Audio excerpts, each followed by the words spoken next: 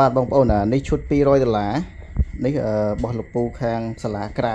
បាទនៅខេត្តប៉ៃលិនរៀបដាក់វគ្គបន្ថែមជូនគាត់ហើយបាទនេះម៉ោង9យប់យើងដាក់នៅវគ្គបន្ថែមផ្សារថ្មីវគ្គបន្ថែមផ្សារថ្មីបើកដល់ម៉ោង10:11យប់ក៏ផ្ញើបានដែរណាបាទអញ្ចឹងសួរថាឈុត$200មានអីខ្លះគឺមានម៉ាស៊ីននេះបងប្អូននេះមានម៉ាស៊ីននេះម៉ាស៊ីនបោះថៃហើយម៉ាស៊ីនមានកង់នេះបងប្អូនកង់សក់ខ្យល់កង់2បាទនេះហើយនឹងនេះមានក្បាលឆាយបាទនេះក្បាលឆាយហើយនឹងថាកាយប្រកបប្រយោជន៍យើងនៅនេះបាទនេះថាកាយប្រកបប្រយោជន៍យើងរុំនៅខាងលើអញ្ចឹងទៅយើងដាក់ឡើងដាក់អីអញ្ចឹងទៅកុំឲ្យវាឆ្កូតកលិតតួថ្នាំហើយយើងមានអីទៀតគឺយើងមានកបិតកាត់នេះបងប្អូនកបិតកាត់ណាកបិតកាត់អានេះមូលប្រភេទមូលណាបាទដោយកងចាក់អញ្ចឹងណាហើយនឹងមានសោរបស់វាមួយឈុតបាទ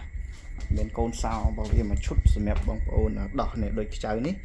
គឺយើងដោះដើម្បីយើងពុតដៃវាមកចេះកុំឲ្យវាចងេងចងាងពិបាកផ្ញើហើយនេះវាមាន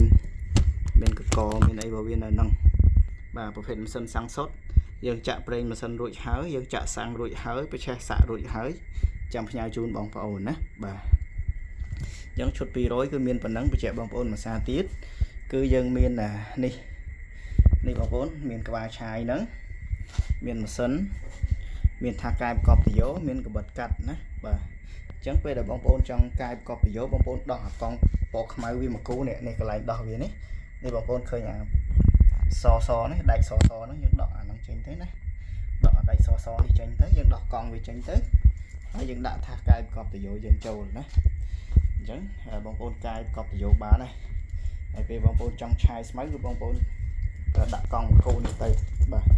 នេះអានេះមុខវាអត់សូវមុតទេបងប្អូនយកទៅអាចឆាបបន្ថែមបានណាអាហ្នឹងមកស្រួលប្រើនេះបងប្អូនឃើញអត់មានមុខទេណាបាទអញ្ចឹងបងប្អូនយកទៅឆាបបន្ថែម